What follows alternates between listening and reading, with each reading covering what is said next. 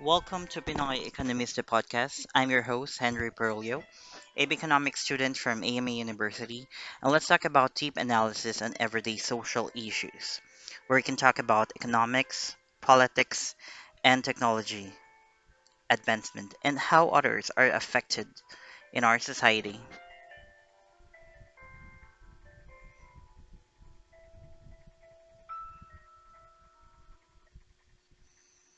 And for today's talk, we'll have our analysis on Netflix documentary film titled Social Dilemma. What are we talking about? Facebook, Instagram, Twitter, TikTok, Snapchat, YouTube. I just Google uh, the meaning. Social media are interactive technologies that facilitate the creation and sharing of information, ideas, interests, and other form of expression through virtual communities and network. Social media are one of the places where we share stories to our friends and colleagues. It's free, right? When it is then that is not for free. When you have your advertisement or when your personality with post boast, you can make out of it. How if the social media is the cause of our mental problems due to isolation and bullying or high standard of our society? How if we randomly browsing with no direction and feed on for your page, not relating to your ideology,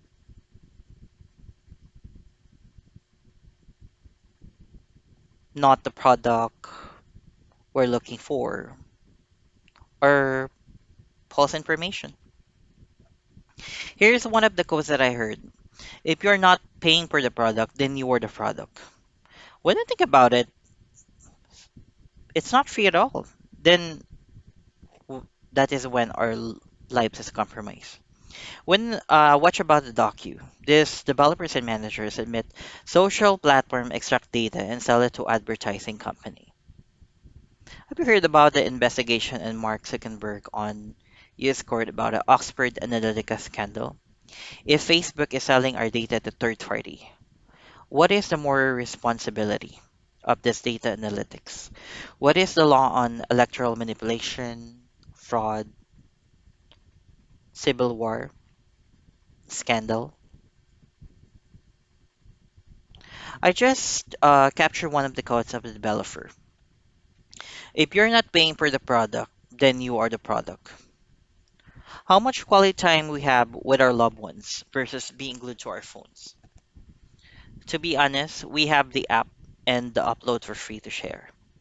We upload photos, videos, and audio recording to share or as a storage.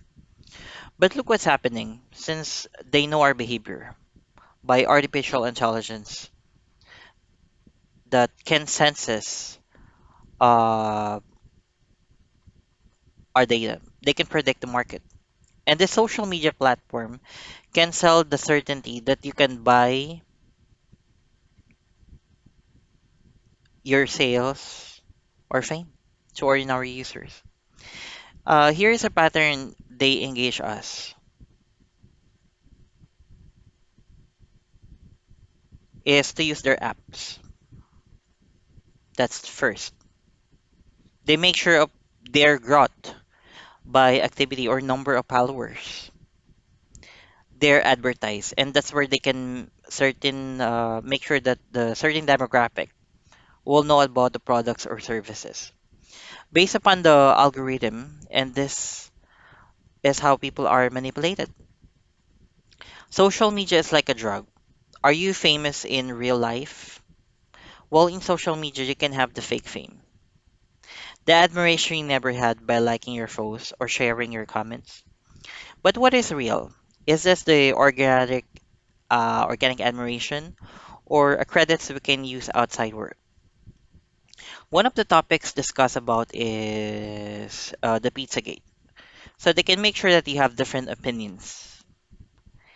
It's kind of the stabilizing force that you see that there are. who are pro administration or opposition or undecided. When we see their posts, we feel we are smarter than them.